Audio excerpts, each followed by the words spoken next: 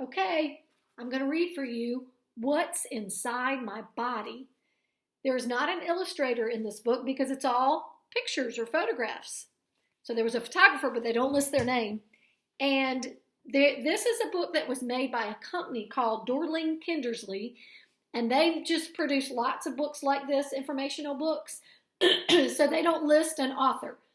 Excuse me, because it's very often lots of authors and lots of people that come together to make these kind of books. So, what's inside my body?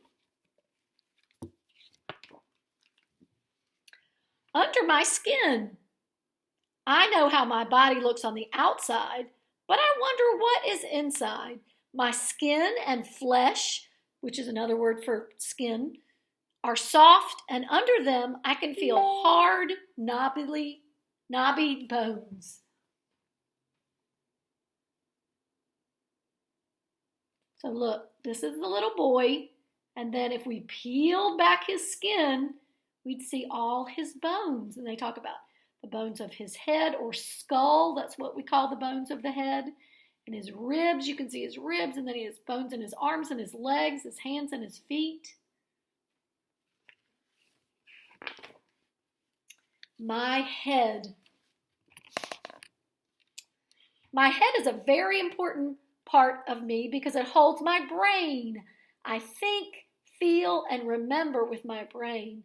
My eyes, ears, mouth, nose, and skin tell my brain what is happening in the world outside. This reminds me of when we did senses, our 5 senses. We talked about seeing, she talks about her eyes, and we talked about hearing, she talks about her ears, smelling, she talks about her nose, tasting, she talks about her tongue, and touch, she talks about her skin. Those are the 5 ways we learn about the world around us through our senses. And it's our body that does all that. My eyes. My eyes are like television cameras. They send moving pictures of the world outside back to my brain, which then works out what I see. So there's her eye, and that's what our eyes look like on the inside. It's like a little camera, like she says.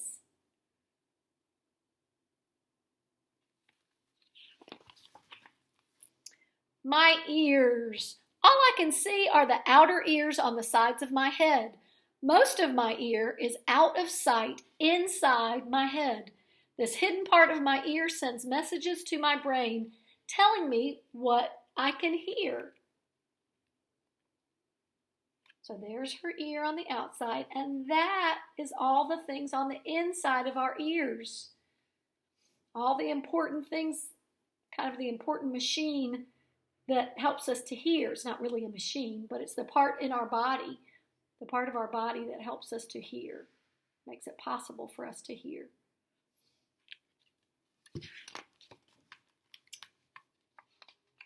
My chest. When I run very fast, I can feel a thumping in my chest. This is my heart beating.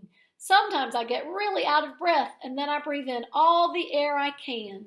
That's exactly what I talked about in a little lesson I posted on our Facebook page on Monday.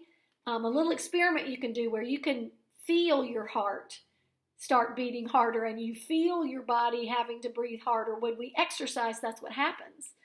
And that's healthy. That's a good thing for your body to do. So look, this is his chest on the outside. There's his skin and his flesh.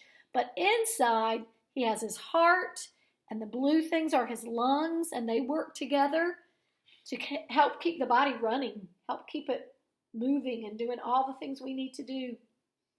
So we want those to stay very healthy. My stomach. When I'm hungry, my stomach feels empty, and I can hear it rumbling. When I have eaten a lot, it feels stretched and full. There's his tummy, just skin and flesh, but there's underneath. There's his stomach, and these are intestines, all these wormy-looking things. It's how how the food moves through our body from our stomach and out.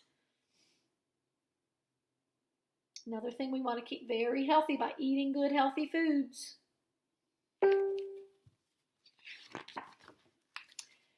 My legs and arms. I use my legs and feet to walk, run, and jump. I use my arms to push, pull, and carry.